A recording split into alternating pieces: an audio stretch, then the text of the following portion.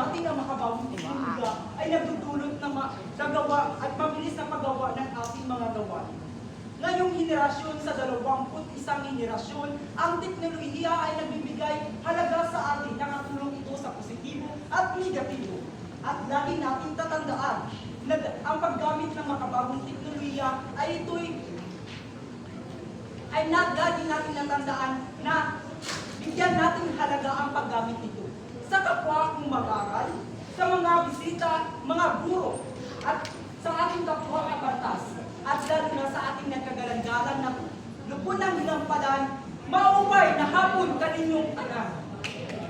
Sa tanungan ay nakas sa akin na ano ang epekto ng ChatGPT sa kadimpong paggamit ng mga mag-aaral sa kasalukuyang panahon.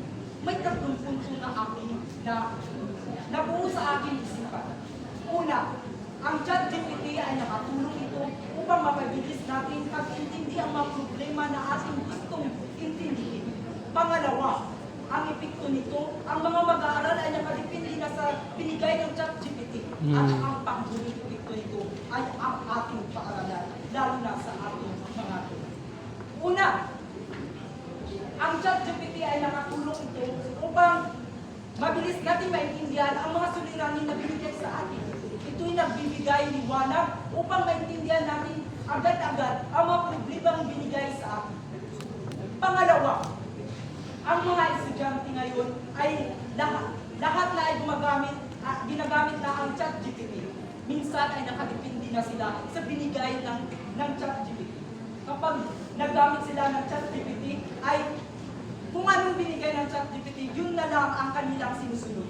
Wala na silang hakbang na dapat sa kanilang sarili lang ang kanilang pagtunang pansin, kundi ang ChatGPT na lang ang kanilang dinipendenya. At ang panghuli, ang epekto nito ay ang ating paralan. Bakit ang ating paralan? Dahil ang mga mag-aaral na yun ay nakadepende na sa ChatGPT. Ang ating mga guro, hindi na maintindihan ang ating mga estudyante. Dahil kapag tinatanong sila sa loob ng paaralan, hindi na sila kaagad makasagot dahil ang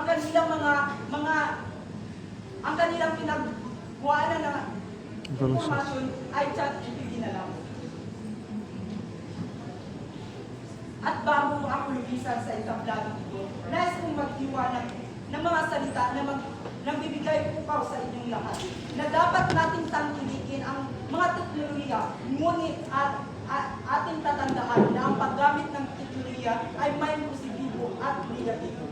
At lagi nating tatandaan na ang karanasan natin ay pinakamagandang guro sa ating sarili, ngunit ang karanasan natin ay nagdudulot ng ating kapahamakan, katulad din ng teknolohiya.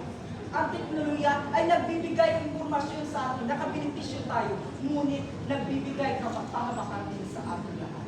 Lalo na sa mga mag-aaral na nakatuon lang sa paggamit ng ChatGPT, bigyan natin ng limitasyon ang paggamit ng ChatGPT upang ang mga epekto nito epekto na negatibo ay hindi makasira sa ating sarili.